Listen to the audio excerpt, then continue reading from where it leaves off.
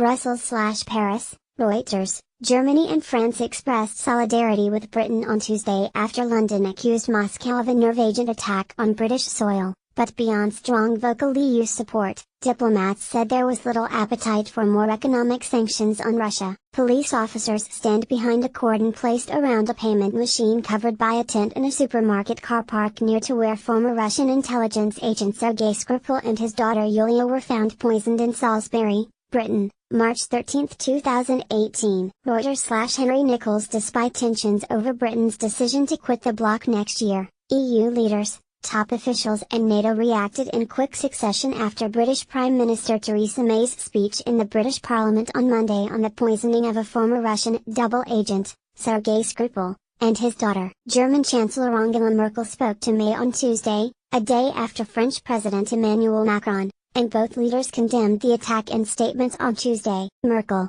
said it's up to Russia to quickly provide answers to the British government's justified questions and to heed the call to completely and immediately lay bare the relevant chemical weapons program to the Organization for the Prohibition of Chemical Weapons, said Merkel's spokesman Stefan Seibert, referring to the watchdog in The Hague. The case poses a test for post-Brexit security cooperation as Russia, the EU's biggest energy supplier, grows more assertive abroad, accused of backing war in Ukraine and meddling in US, French and German elections. Condemnation from Paris and Berlin followed a day of statements of support from EU officials. The Office of EU Foreign Policy Chief Federica Mogherini called use of the Soviet-era nerve agent shocking and said the European Union was ready to offer support if requested. NATO Secretary-General Jens Stoltenberg said it was horrendous. European Commission Deputy Head Frans Timmermans called on the bloc to express its full solidarity with the British people and the British government and make a collective European effort to find and punish those responsible.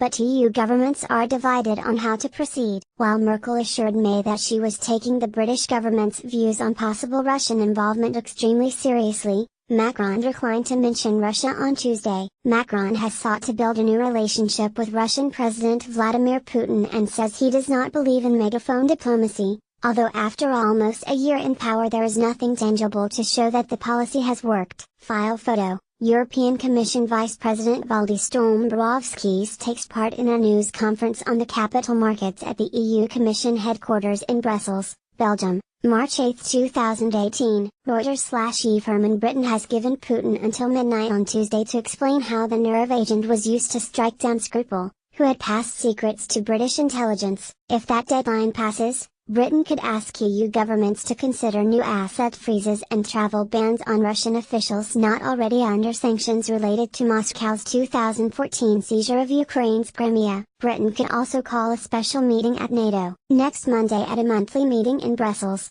EU foreign ministers are due to discuss Russia's presidential election on March 18, which Putin is expected to win easily, potentially giving Britain's Foreign Secretary Boris Johnson a chance to appeal to EU governments. May herself could directly discuss the issues with fellow leaders in Brussels at a two-day summit in May, and Timmermans said the issue should be on the agenda. We cannot have nerve gas being used in our societies. This should be addressed by all of us, and not just left to Prime Minister May and the British government. Timmermans, who as Dutch foreign minister in 2014 accused Russia of downing an airliner flying from Amsterdam over Ukraine, told the European Parliament in Strasbourg. Four senior EU diplomats told Reuters that Brussels would wait until Britain itself has taken a view on how to respond before making any policy moves of its own. They dismissed any suggestion that Brexit weakened London's position. Brexit shouldn't have any effect on this, one said. But diplomats also said additional sanctions on Russia were unlikely to win support because attributing the nerve attack to Moscow was difficult and also because keeping existing economic sanctions on Russia was already difficult. Despite the seriousness of this incident,